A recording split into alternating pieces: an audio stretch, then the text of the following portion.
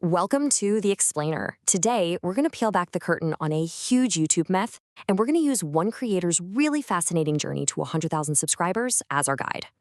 So let's just start with a big question. What does hitting a huge milestone like 100,000 subscribers actually mean for a creator's bank account? I mean, is it the jackpot that everybody seems to think it is? This is the moment so many creators dream of, hitting that 100K mark, getting the silver play button. It feels like a massive achievement, a symbol that you've made it on the platform. But the financial reality, well, it can be a little different. Just imagine it for a second. You've built a community of 100,000 people who have actively chosen to click subscribe on your work. That's an enormous audience. It really feels like you've finally made it. And you would absolutely expect your income to reflect that, wouldn't you? Okay, but here is the reality check. This is the actual AdSense revenue that creator Dina Liu earned in a recent month after she hit that 100,000 subscriber milestone. $362. Yeah, I'm betting that is not the number you had in your head. And as she shared, this number was not just surprising, it was even a little bit embarrassing for her because it just completely shatters that common perception of success on YouTube. So what in the world is really going on here? Okay, so here is the absolute crucial point you have to understand. Your subscriber count does not directly translate to income. YouTube doesn't pay you for subscribers. The real engine for ad revenue is, and has always been, video views. And this comparison just illustrates the point perfectly. Back when Dina had a smaller subscriber base, we're talking 30 to 50,000, her videos were getting way more views, and she was consistently earning thousands of dollars a month, far more than she is right now with over 100,000 subs. I mean, the sheer scale of this difference is just staggering. Look at that. Her peak month brought in nearly $2,700 from ads alone. That's a world away from her recent earnings. It's definitive proof that active engagement, people actually watching your stuff, is what dictates revenue, not just the raw size of your follower count. Okay, but why? Why the huge dramatic drop? How is it even possible that having more subscribers leads to less money? Well, to understand that, we've got to look under the hood at the mechanics of how ad revenue actually works on YouTube. It all really starts with two key metrics you'll hear creators talk about all the time: CPM and RPM. Now, CPM is what advertisers pay YouTube to show ads, but RPM, that's the number that actually matters to the creators.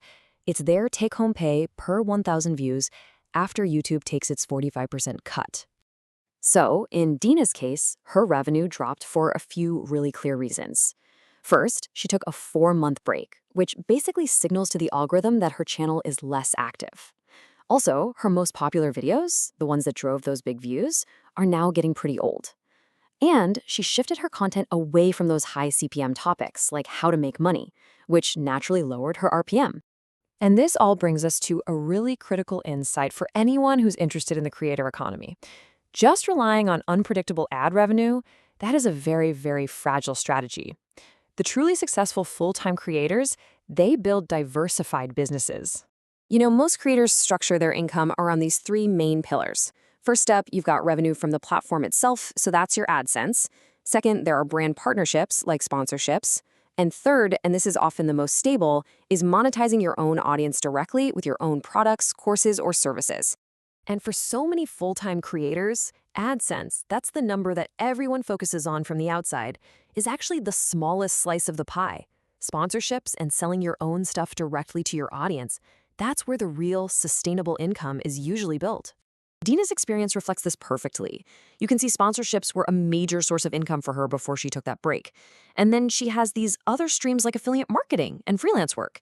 They'd all contribute different amounts to her overall business, which just shows how important it is to have multiple things going on. And that brings us to the final myth we really need to bust today.